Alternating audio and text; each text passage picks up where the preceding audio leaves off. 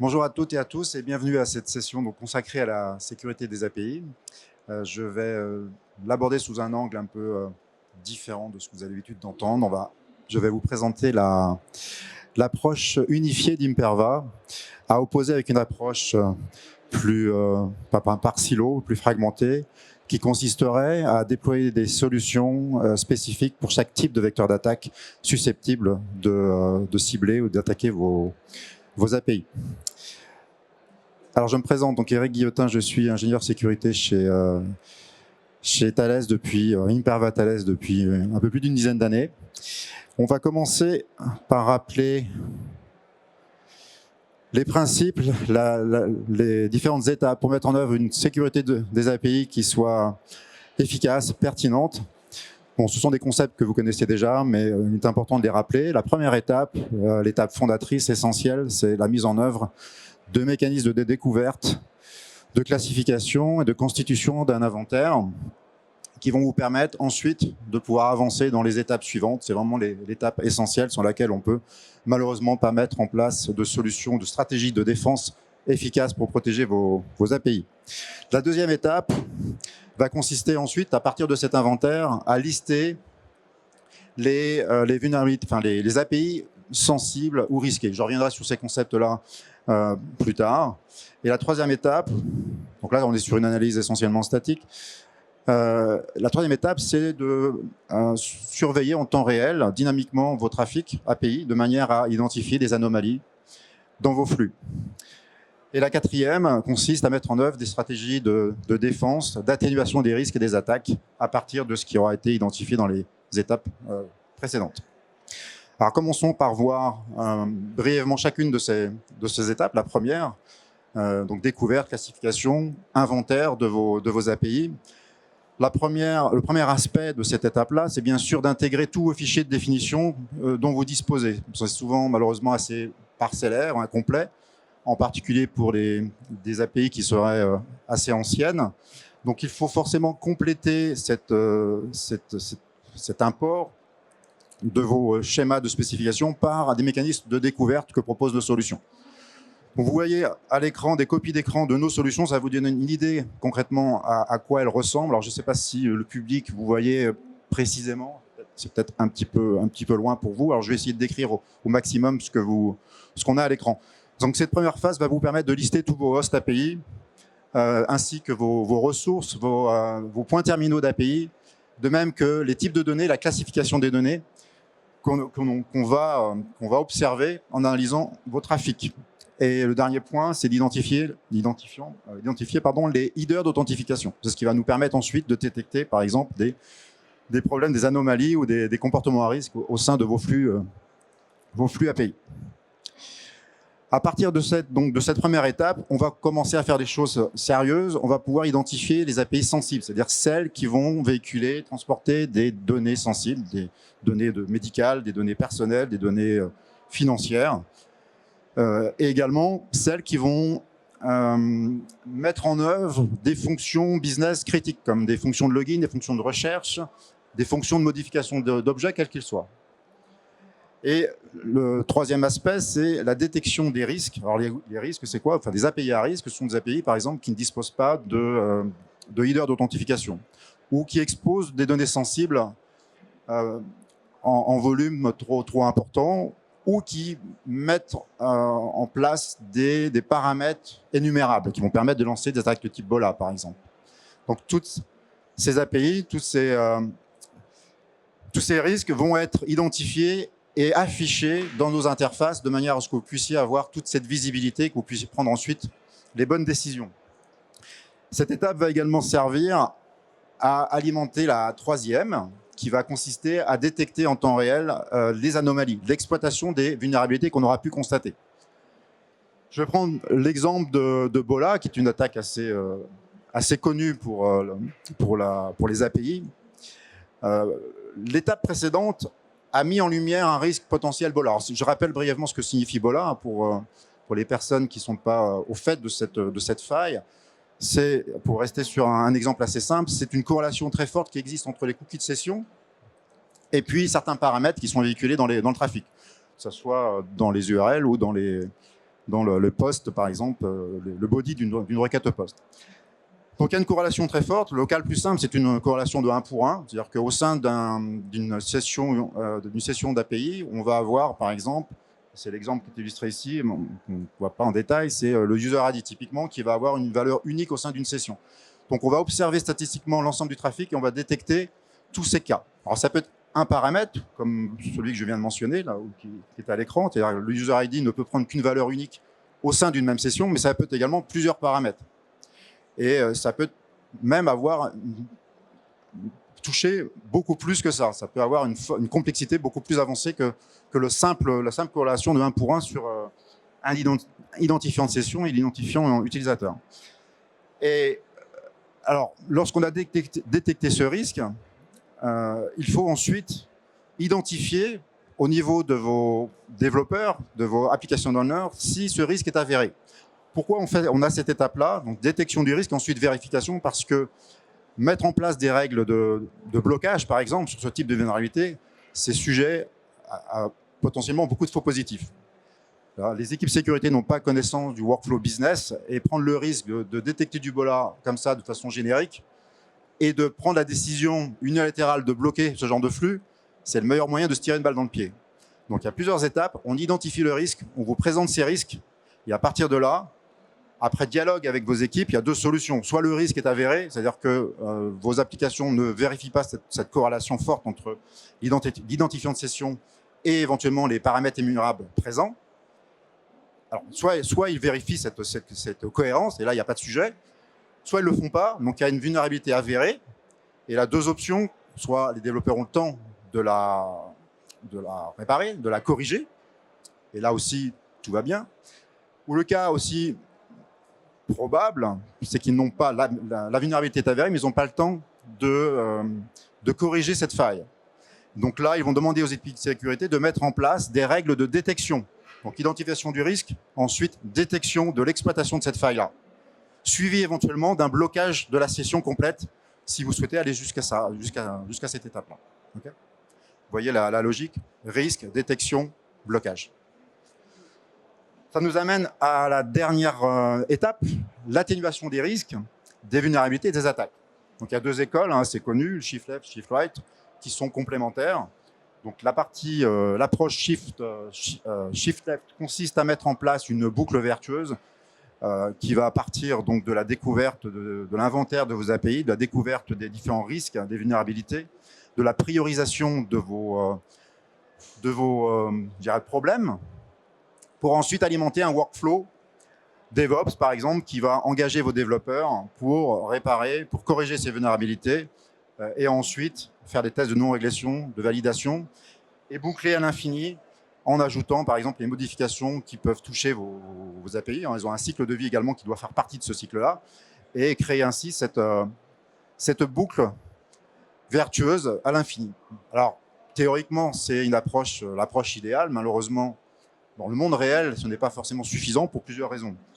La première, c'est qu'on a des cycles de développement extrêmement élevés, des modifications quotidiennes.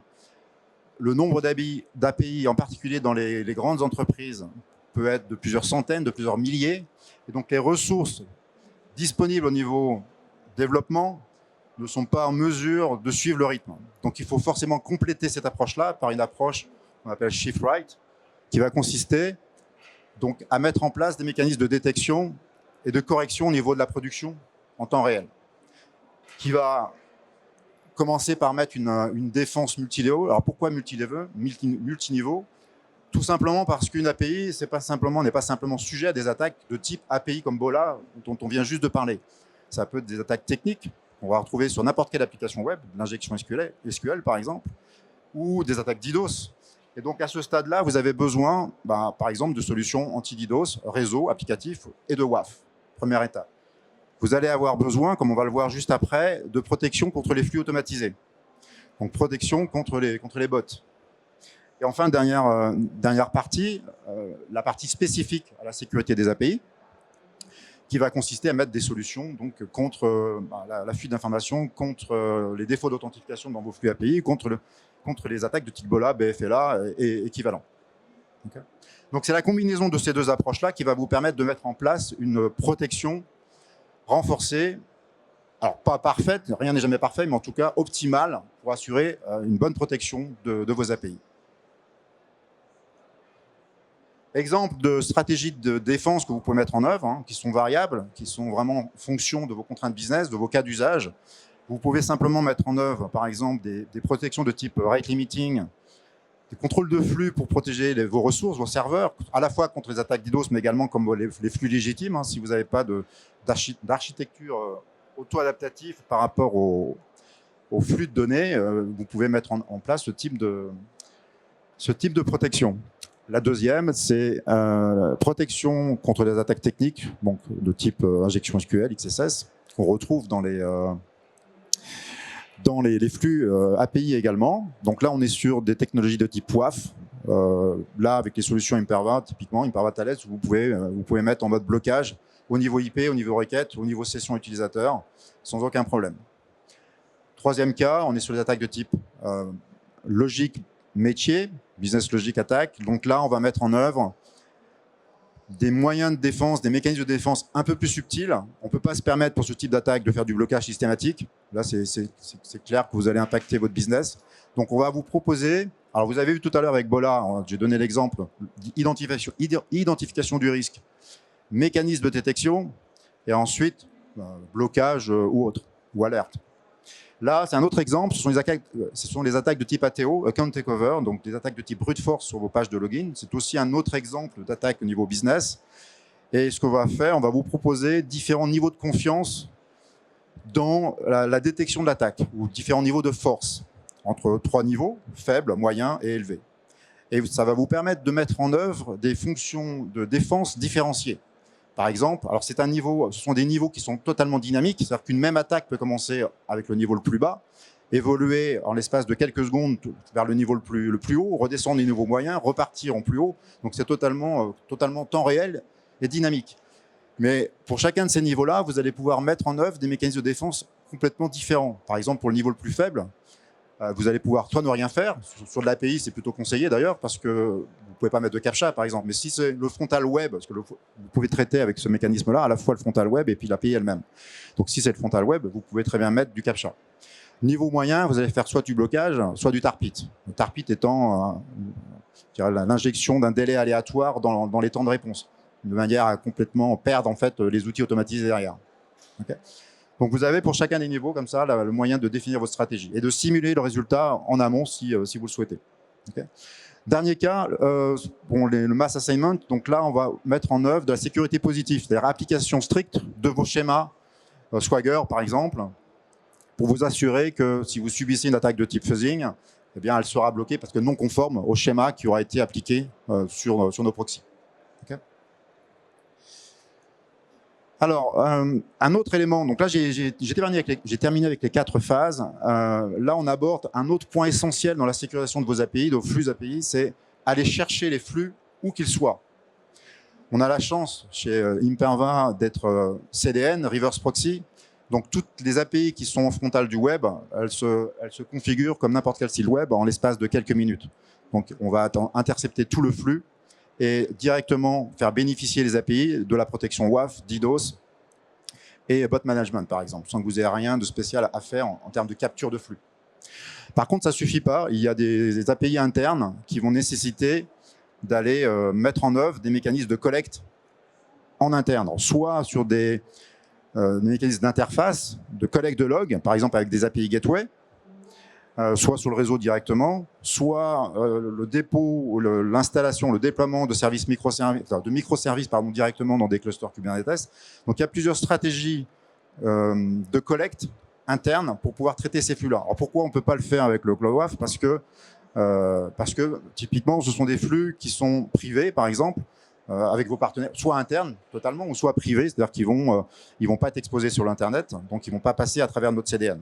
Donc vous avez le moyen avec nos solutions de pouvoir récupérer les flux où qu'ils soient. Et surtout, de faire bénéficier l'ensemble de ces flux-là d'API, de la sécurité API, de la même interface. Donc c'est la même interface dans le cloud qui va piloter la sécurité des API où qu'elle soit. D'accord ? Il y a un autre cas qui n'est pas indiqué ici, c'est la possibilité également de tout mettre dans vos data centers pour des questions de réglementation, par exemple. Si vous avez l'absolue nécessité de mettre en place la sécurité de vos API simplement en interne, vous pouvez également le faire. Dans ce cas-là, la partie management va être bougée sur la droite. Alors maintenant, attaquons le vif du sujet de cette session. Pourquoi parlons-nous d'unification de la sécurité des API? Tous les ans, on produit des rapports sur les attaques ciblant nos clients. Donc on en a pour le DDoS, pour le bot management, et là c'est pour les API. Donc c'est un rapport qui date de l'année dernière, en fin d'année dernière. Première chose qu'on constate, on a à peu près 40% du flux, ce sont des attaques techniques, comme n'importe quelle application web. Donc vous avez besoin à ce stade-là d'un WAF. Okay. Autre constat, on a 20%, 19% des attaques qui sont des flux automatisés. Donc vous avez besoin d'une solution de bot management. Les 27% qui touchent là spécifiquement les API. Donc vous allez avoir besoin d'une solution dédiée à la sécurité des API pour traiter les problèmes de fuite d'informations, enfin de type BOLA ou de défaut d'authentification.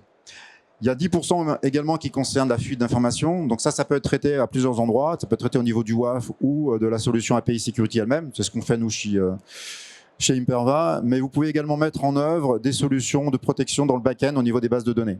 En solution dont je n'ai pas prévu de parler aujourd'hui, mais qui est également disponible dans le portfolio de Thales Imperva.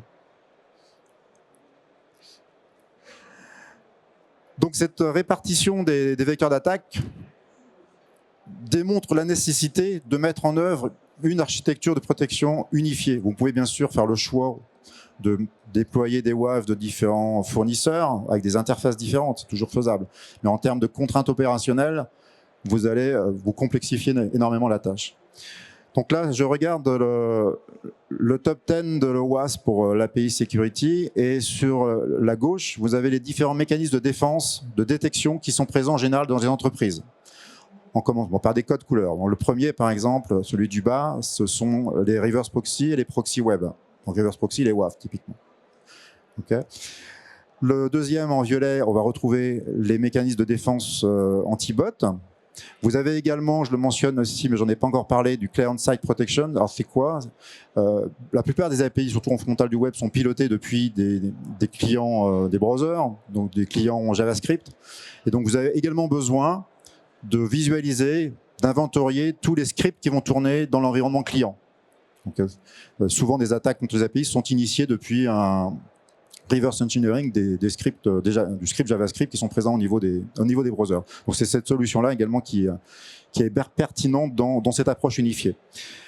La partie bleue, on va retrouver, et rouge, on va retrouver des fonctionnalités qui s'adressent spécifiquement aux API. Donc vous avez les API Gateway, API Management, vous avez également les mécanismes d'application des schémas de spécification de vos API, les scans des API, les scans comme les vulnérateurs de vulnérabilité web classiques, mais là dédiés aux API.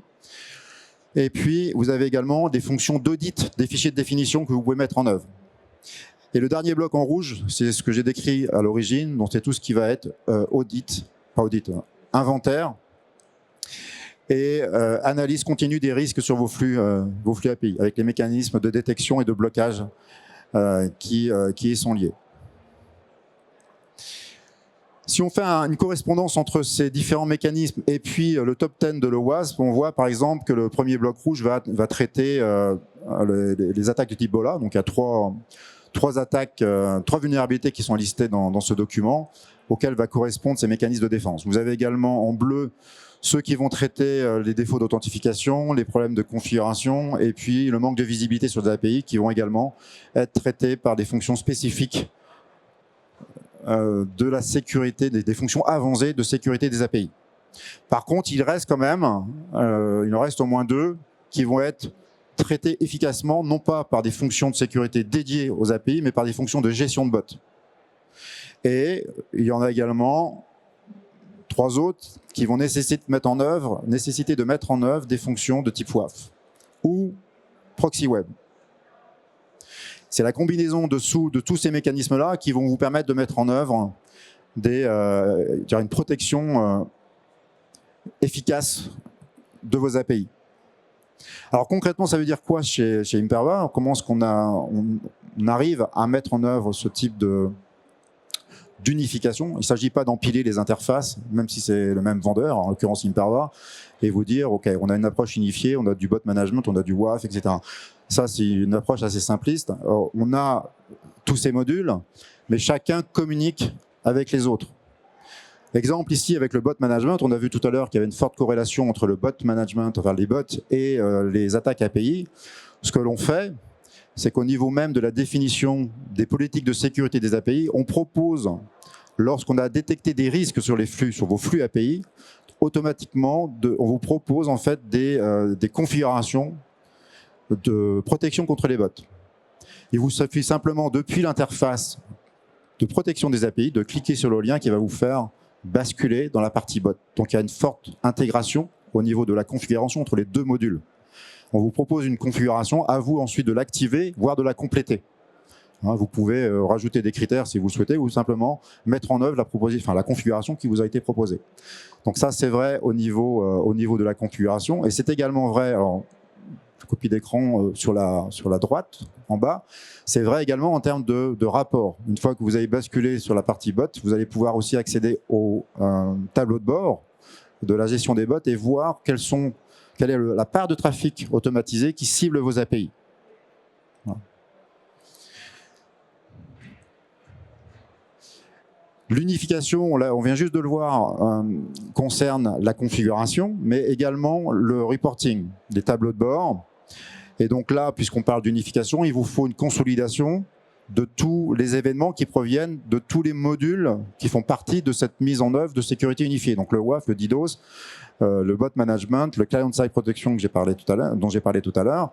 Mais la consolidation ne suffit pas. Il faut également corréler tous ces événements entre eux. C'est ce qu'on fait avec un outil qui s'appelle Attack Analytic, qui est piloté par IA, qui va vous permettre de corréler la masse d'événements bruts, qui peut être par millions, ça peut être plusieurs millions, vers un nombre plus raisonnable, ce qu'on appelle nous des narratives ou des incidents.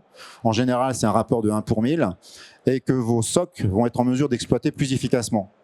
S'ils souhaitent, pour faire une analyse plus poussée, accéder également au log détaillé, ils peuvent le faire également. Donc là, c'est je ne sais pas si malheureusement c'est pas assez grand l'écran, mais vous allez avoir accès aux logs bruts qui seront eux-mêmes consolidés par session. Donc vous allez visualiser au sein d'une même session l'ensemble des attaques.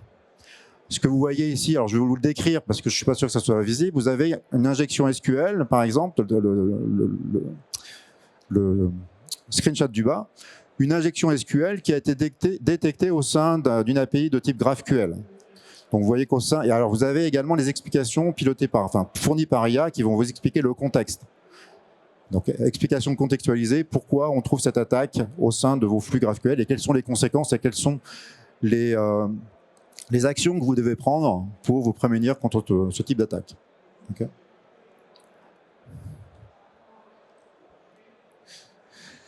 Dernier point, quand on parle d'unification, alors évidemment c'est le rêve de tout le monde, de nos concurrents, de nos clients, c'est d'avoir une seule interface qui fasse tout, qui puisse exploiter tous ces modules-là. Mais vient la question de, ok, mais vous en tant que client, vous avez la demande légitime de disposer des meilleurs modules dans chaque catégorie.